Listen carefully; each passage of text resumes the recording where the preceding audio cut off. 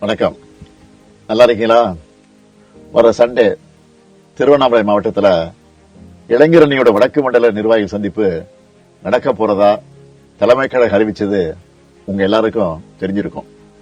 ஆனாலும் கழகத்தோட தலைமை தொண்டன் என்ற முறையில உங்களை முறையா அழைக்கணும் தான் இந்த வீடியோவில் பேசுறேன். நம்ம எல்லாரையும் உடன்பிறப்புகள் அழைக்க என்ன காரணம் தெரியுமா? எல்லா குடும்பத்திலையும் அண்ணன் தம்பி அக்கா தங்கச்சின்னு இருப்பாங்க. அதே போல நம்ம கழகத்திலையும் எல்லாரும் அதே பாச உணர்வோட பழகணும்னு தான் உடன்பிறப்பேன்னு உறவு கொண்டாடுகிறோம்.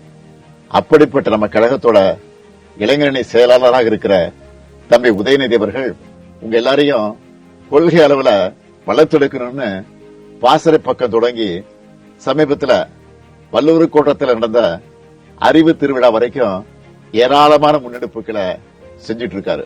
அதே போல கிரவுண்ட் ஒர்க் செய்ய நிர்வாகிகளை நியமிச்சிருக்கோம்னு உங்க பெயர்கள் அடங்கின பட்டியலை என்கிட்ட காமிச்சாரு. அதை பார்த்தப்போ 45 ஆண்டுகள் முன்னாடி 1980 நாங்க இளைஞரணி தொடங்கினப்போ எப்படி பெருமையா இருந்துச்சோ அதே போல பெருமையாவும் கர்வமாக இருந்துச்சு. இளைஞர்களா பொறுப்புக்கு வந்திருக்கக்கூடிய உங்களுக்கு திராவிடம் எனும் மக்களுக்கான மாபெரும் ஐடியாலஜிய நீங்க பேச போறீங்க.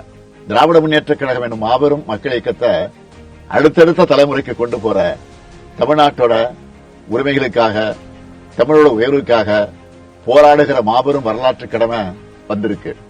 இந்தியாவிலே இன்னைக்கு தமிழ்நாடு தனித்தன்மையோடு இருக்கு.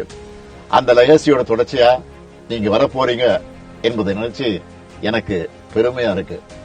சென்னையில் அறிவு திருவிழா நடந்தப்போ என்னடா தலைநகர்ல மட்டும் இப்படி நிகழ்ச்சி நடத்துறாங்களே, மற்ற பகுதியில் நடந்தா இன்னும் நல்லா இருக்குன்னு நினைச்சேன்.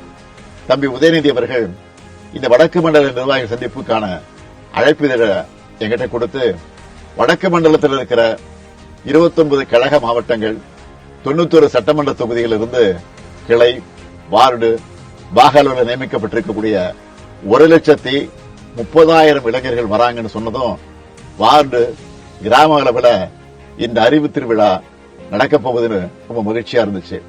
ஞாயிறு அன்று சந்திப்போம். New Dravidian stocks, you are welcome.